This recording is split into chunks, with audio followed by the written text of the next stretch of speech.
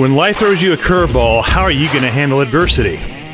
Welcome to the Fearless Mindset Podcast, where you're about to go on a journey as I interview security, business, and entertainment leaders on what it takes to stay fearless. I'm your host, Mark Ledlow, and enjoy today's episode. Welcome, everybody, to the show. We got Paul Turner. He flew out from Washington, D.C. to the studio here in Irvine, California to join us. And Paul, you have some stories to share, and thanks for coming out, man. Appreciate it. Oh, thanks for having me. It was good to get out here and see how bad LA's doing right now. Oh, how's that train ride in Amtrak? Oh, man. Dude, people are not joking. I get why people are leaving now. That is right. Man, I've never seen anything like that in my life. I thought DC was bad with the homeless people. But Jesus. You flew all the way out, and last time we talked, we were on live streaming on Facebook, and you shared with us January 6th and what happened there. And we'll go into more in detail about that a little bit later. But you've had a crazy, couple 6 months in DC with everything going on? Yeah, probably a year. I would say probably a year, yeah. So, yeah, glad to have you out and have a chat and talk Paul's life and journey and Army veteran being blown up by shells in Taliban and Afghanistan to running a security company. So, yeah, looking forward to hearing all about it. Yeah, where should I start? Hey, let's go into Army days. Well, I was born in New Jersey. New Jersey. Yeah. So, I knew I was going to join the Army from time I was a sophomore because my grades are so terrible. I think I graduated with an average of 67. Fantastic. My dad told me, he's like, don't the reason they passed you is because you're joining the Army already. And right. And I was like, yeah, they want to see me go off to some war. But no, I went in the Army, and right. It was actually probably the first time in my life I really ever excelled at anything, really did well. I mean, I took to the Army incredibly well. Went to 2nd Infantry Division, 5th Brigade, 23rd Infantry Regiment, and Fort Lewis, and wanted to be a sniper and became a sniper. Sniper in the Army. Yep. Yeah. Class 4. What's your longest shot? Oh, I mean, with the M24, it's always 1,200 meters. How many confirmed kills can you tell, or is it classified? Actually, I have none. Oh, dang it! Yeah, I actually have you didn't kill any deer or anything for food or anything? No, I actually have a weird story about that. Though. Oh, do you? Yeah. When I was deployed, there was we were out on election day in Afghanistan, and we were out all night, and under my starlight scope, with my striker unit, I could tell, I see all these lights move around the mountaintops. And I called in to my platoon sergeant. I was like, hey, are we expecting A&A out here? Afghani Army, and they're like, no, we have no Afghani Army out here today. I'm like, oh shit, we're being surrounded on 3 sides. I mean, yeah, vehicles, coming up and down. You see the lights and the flashlights, through our nods and through the scope and everything. And Lone survivor all over again. Well, I was like, yeah, well, I ended up falling asleep overnight, on my rifle, through the night, because it was just, and anyone who's been in the military, especially the infantry, anyone's been in knows eventually the whole thing just becomes a shit show and people start falling asleep on top of themselves. And it was kind of like the situation that happened where we were just out there, waiting for something to happen so long that, woke up. And remember being even though it's summertime in Afghanistan, you're so used to the heat that you're really cold. And I had this canned cloth that we're going to use, something to kind of blend in with in the desert. And I'm like wrapped up like this, and I'm eating breakfast. And, we're waiting for the election to start at 9 a.m. And it's 8:50, 8:55, and 9 a.m. is just freaking mortars start coming down. We're like, oh shit. We just jump in our vehicles, and we're, we don't even know where we're maneuvering to. We're just starting to maneuver. And yeah, I remember, we saw the mortar team, and we're trying to maneuver on them to take them out. And, but these wobbies, there's these ditches that are in there. We can't get past them. I mean, these things are 6 feet deep, and they're, I don't know, 5 or 6 feet wide, I guess, and maybe long, maybe further. I mean, this is years and years ago. My memory is kind of fading on it, but we can't maneuver them then. But in the distance, I saw this guy with binoculars and a radio, and he's being a forward observer. He's calling in fire with his mortar team, and I dialed him right into my rifle, and I called it in. I was like, I got a target and ready. I take a shot. Said it really candidly to my platoon sergeant. He's like, can you find a weapon on him? I was like, no. He's like, well, ROE. And I'm like, but he's obviously okay, fine. And I never forgot that guy. I never let that go. I never forgot him. There, there's people who have taken out a lot of people. There's people who have a lot of have killed a lot of people in these wars past, and it's kind of it's a cop out to be like, yeah, and also very honest to be like, no, I never have. But there's something that does fundamentally change about you the moment you decide you're going to kill someone. What's that like psychologically? It's freeing. Freeing? It's freeing at first. It's freeing because like war and combat, it's a very surreal situation, and it's surreal because it's probably more or less how life should be, and the way that how we've evolved. It's about survival. It's about your base instincts, your base needs. Eating, surviving, being part of the platoon, being part of this cohesive unit. You forget about money. You forget about a lot of family. You forget about society. These things that they don't really matter. And that next step is to take someone's life. And I could never imagine what if I did shoot him, what step further it was. But I do remember that was a very changing moment, because it's real.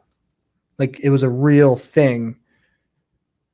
And nothing, not too many other things are that real. Nothing's truly that genuine as making the conscious decision to kill someone else. And I didn't. And, that's something I'm often ashamed of. Even in that movie, Jarheads, which is actually a rather, accurate take on the military and warfare and probably in snipers, honestly. Like that. He's like, you're not really a sniper until you seen the red mist or whatever. I think there's some people feel that way, and sometimes I do too. And it took me a long time, years of my life to work that back and remember that I followed the orders to a T. I did what I was told, and I followed the rules. I did what if I just shot him? What would that have done for my life? Now I just illegally killed someone. And frankly, my unit, not my company, but my brigade was actually caught up in that. We were part of, they were the kill team that they talk about, where they had a bunch of people who just killed civilians, and they. Is their code name Kill Team? They made a documentary about it. Really? I didn't know that. Yeah, it's called Kill Team, and you're in a movie.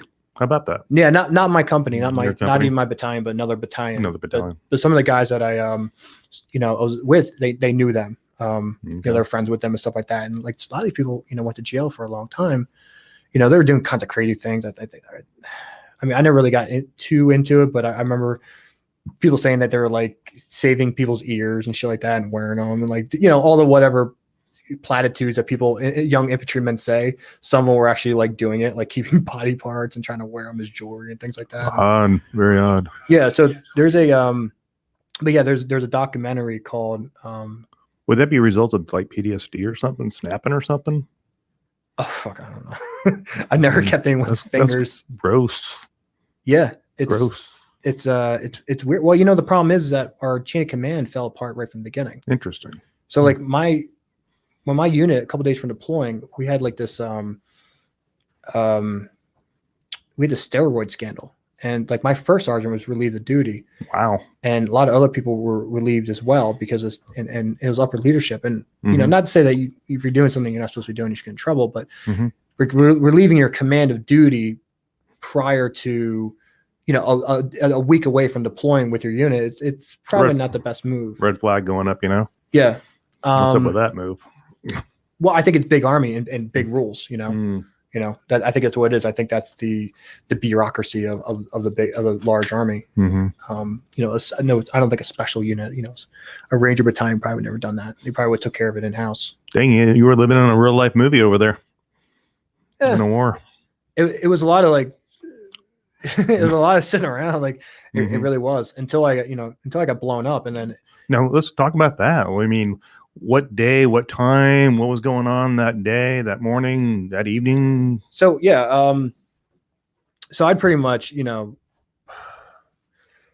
just gone totally native, to be honest. Native? What's that mean? Like I totally was just like, whatever, man. We're just doing this war thing now. Go through the motions. Oh yeah. It was just like, starting you were getting into like the growing beard thing, stop taking shower. I haven't showered in like 2 weeks. Bonafide hippie. Running out of food. Going hippie style, huh? Yeah, I mean, it was just like we're out there. We're like we were out in, out in this, we're out in this town. Like we weren't by a base. We had a cob.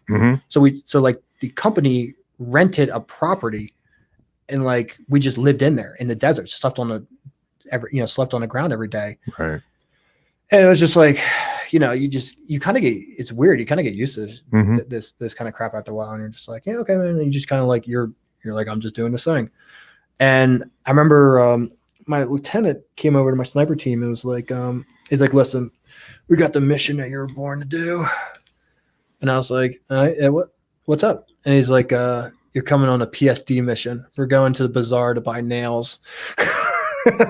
Nails. Okay. So they need to like kind of build, we had to build this thing. I mean, this cob, we showed up and we had nothing but like some tents and vehicles, and we're sleeping on the ground, and it's like we're not really doing much out there. I mean, we're taking a couple we're doing a couple like just bullshit missions, or just going over, and we brought food to another unit once, like down the road.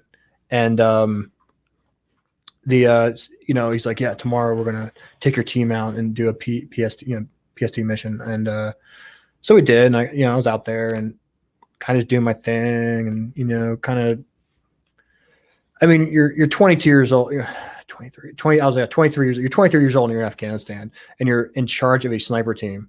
It's like, which when you think about it, when you're 33, you're like, I can't believe anyone lets people do that.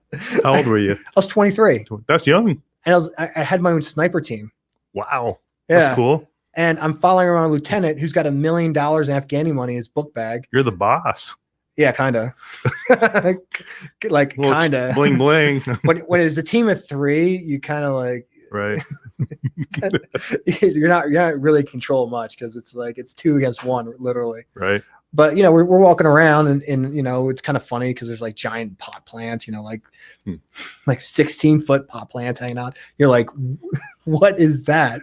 Your bud's coming out. It looks like your arm. It's you see things like that, and obviously it's like you're seeing all these Afghani people, and it's this giant bazaar, and so like I remember I was my lieutenant went in a building, went into like a little shack, to buy, I think, cell phone SIM cards. That was the other thing.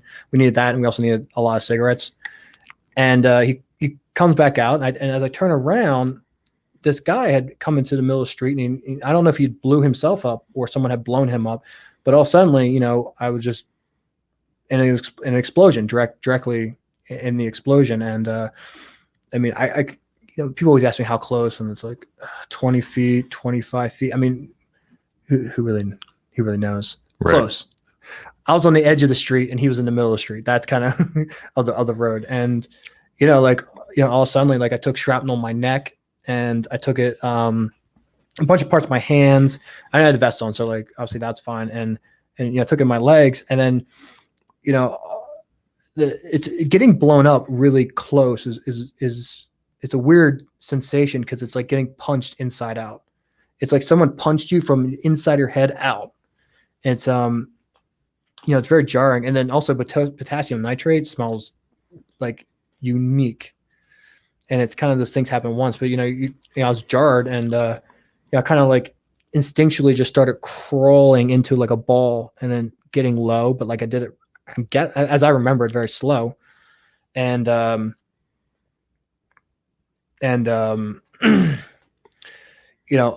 after a minute or two, I was like, where's my team? And my lieutenant, his glasses all fucked up, and it's like sitting like this, kind of stuff, and he's like crawling up to me, and then like, my Casper's like over here, and he's down, and his legs kind of jacked up, and then my shooter Hoy, I guess he was behind some wheelbarrows, so he was fine. He actually made a joke because only one piece of shrapnel hit him, and it went through the lowest part of his earlobe right here. So like he pierced his ear. He literally goes, "Dude, look!" in the middle of all of it, he's like, "Dude, look!" Got a new earring hole. Yeah, it was like in the middle of all this going on, he like found a joke in it, and some comedy and war. Yeah, I never forgot that. He's like, "Dude, look!" I was like, "So you okay?" He's like, "Yeah, I was behind these wheelbarrows," and like it is wild. Like the first thing I looked out it was just these two guys. This guy's like two legs, separated from the knees, and I was just covered in his shit, like his body, like his organs and whatever else. Like it's like I don't know, like it's just kind of this mush. It's on you, and do you have flesh on your body? Oh, entirely covered. Yeah, entirely covered with it. I actually didn't realize at first, but the shrapnel had hit both of my straps on my helmet and cut them. So like my helmet was just dangling. So I eventually just had to like take it, like just took it off because it's just like the straps are all like screwed up. And it was a total mass cow. Like everyone was wounded, everyone was down. My entire platoon was down. Everyone lived except for the one interpreter. I believe he passed. But this. Now, how did you remain fearless at that moment? Oh, I didn't. You didn't? Were you scared out of your mind, or what was going on? Well, it's so surreal. One, he took a major head injury. So you're not even thinking. You're not cognitively. You're just out. Well, I didn't know. I felt the shrapnel go into my neck, but like after it stung and burned like really bad for a second. But I kind of forgot about it with a couple minutes, and like this one captain is Captain Cook, I believe his name was. I had just met him just then coming out of the striker. He was just in the striker with me. Never met the guy before. And he's like, "Oh, you're hemorrhaging out of your neck. And you're bleeding out of my neck." And I was like, "Oh shit, okay." And I didn't want to like get patched up or anything, but the medic came over and put something on me real fast. And the weirdest part was that Casper, after a couple minutes, he was like, "Hey, dude, look." He's like, I was like, "What?" He's like, "Dude, look in front of you." And I remember he said that. When he said that, I didn't look in front of me. I don't know why, but he's like, "No, look." And I looked down, and the dude's head was sitting in front of me. It landed in front of me, like right there. Holy crap. It was like sideways. I got a picture of you. You see it? Sure. Yeah. Can we show that, Christopher? No. Never mind. Disregard. Wow. That's a Friday the 13th movie, like real time. Dude, as it is severed head right here. I got a picture. I'm not lying. It's right here. Yeah, we're not going to show it on TV. That's probably for the best. No, we don't want to do that. It's too graphic. I guess they flipped it was sideways when I saw it. I think they flipped it over to take a picture. But yeah, that's him. Whoa. Yeah, that's his. That gives me chills looking at that. Ugh. Yeah, that's just not normal. Yeah. So the explosion, the impact. Yeah, it just pops it like it just takes everything out. It's a chest rig from my understanding, and it was a wild day. The weird thing is after it happens and you're like, "Oh, let's we're gonna do it. Let's go fucking do our thing," and then that's it. That's an RBG that came in and exploded. So who knows where it came from? No, it was a suicide bomber. A suicide bomber. Yeah, he blew himself up in front of us. We walked into between. So like when there were the platoon obviously would be one side of the road, the other, like a kind of road march style. So he's right in the middle of you guys. Yeah, he just came middle of us because it's a bazaar. So there's like tons of people there. He killed, from my understanding, from my recollection, he killed some civilians. So that was a suicide bomber's head. Yes. That popped off. It came up and I guess it landed right there. Oh. Yeah. Oh. So. Well, he went to his Sharia law. He went to see whatever they believe. I guess so. The real sad thing is that they're, people were talking about it because at first we were like, hey, the guy's got, he got what he deserved. He literally blew himself up. Yeah. So, and now he's blown up. So I guess that's justice. And someone was like, you understand, it's a lot of times these people, they capture their families and they force them to do it. Leveraging. Yeah. Which, like a ransom thing. You can't really feel one way about things like warfare when you realize that it is a very complex thing and that this person, he might have done this to save his entire family. Like you said, exactly. Yeah. They gave him an ultimatum. You do this or we kill your entire family. And the Taliban probably had him over a barrel. Yeah. So I flew into Bagram. I got back to my car. I was fine. I mean, my legs are kind of jacked up. I thought I broke my femur, but it turns out it was just shrapnel wounds, kind of make everything tighten up. And until you get torn up, you don't know what it's like to be torn up, I guess. But how many days were you on IRR and all that? How many? So that's the crazy part, right? So this is where you can see crazier. So I showed the Bagram, and there's a special forces medics working on me, and he's like, "No, your leg's fine." He's patching me up, and then they send me over to CAF, Kandahar Airfield, and I'm in the hospital, and they it's everything's kind of fine. I'm actually hanging out with this guy Hunt, who was a private at the time, and we went there together. Kind of got blown up. He was like, he got massively jacked up. His hands, I think his hand to this day is like still messed up. So like, sure, he's got 100%. He's fully retired now. But they give me a phone. I get to call my family, and I'm talking to them. I'm talking to my dad. I'm kind of like really nonchalant. Like, yeah, apparently my leg's not broken, and I'm probably going to hang out here for 2 weeks, drink some milkshakes, kind of hang out, at the beach, because it's a boardwalk. CAF's a big boardwalk, and it's sometimes you almost forget a war's going on. So it's like theater, popcorn, it's like all these different shops and things like that, and it's relax. like pizza, and there's a Burger King there, and the Canadians play hockey in the middle. They have a hockey rink set from it's a city. It's like if you live on a fob, and you probably forget, outside the occasional rocket attacks, you probably forget there's ever a war going on if you weren't wearing a uniform. So I'm like talking to him. I'm kind of like, yeah, I'm gonna probably hang out here for 2 weeks, and I'll get my new gear, because my gear's all screwed up, and I'll be back with my unit. And as I'm doing that, 4 doctors come in, and they're like, "Hey, hang up the phone real fast." I was like, "I gotta go." They're like, "Listen," it's like, "We've never really seen this before, but what we think happened is the shrapnel that went into your neck went into your blood, and it went through your body and is now in your heart." That's not good. Yeah, well, it's like, I was like, dude, like, what do you, like, what's gonna happen? Am I gonna die? Like, they're like, we don't know. You gotta, we're sending you home. You gotta go. Like, you're going tonight. You're going to Germany. Private jet. Yeah, right. Well, nice. So they're like, you gotta go. And they're talking about all kinds of crazy stuff. They're like, yeah, we might take like a wire that has like clamps, and we might stick it down your, in your neck, painful, and go in your heart, or we might have to do heart surgery. I mean, they're telling me some stuff that's like, that's freaking you out at 24 years of age. 23. Yeah. It was like, we might crack your chest. I was like, no, not my chest. I work out too. I put too much work into this. Don't mess with the cosmetic surgery. I'd rather die. I'd rather die than not be beautiful. Like, well, so, they around, sometime real late at night, they send me in there. And by the way, when you fly with like, as a wounded person, it is a meat cart. It is stacked bodies on gurneys, like up, and everyone is just fucked up. You look down, it's like a Saw movie. When we walk through there, you're like, oh fuck, dude, the people are like missing stuff, and they're alive.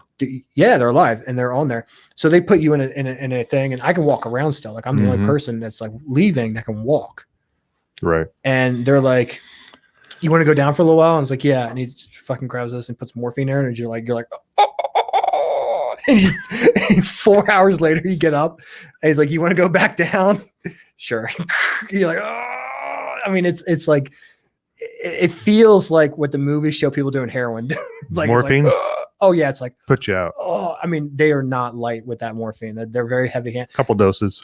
I think also, if you're a soldier and you're dealing with wounded soldiers, the empathy is pretty high. Absolutely. But now I got to Germany. I was and I was told I was the first person to ever walk in the ICU.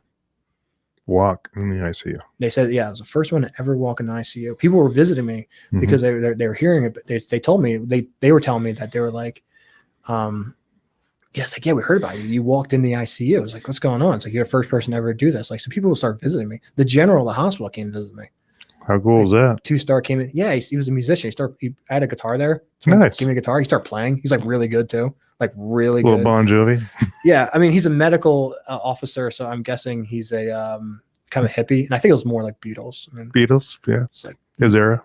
Yeah, this is like 12, 13 years ago. That was nice of him.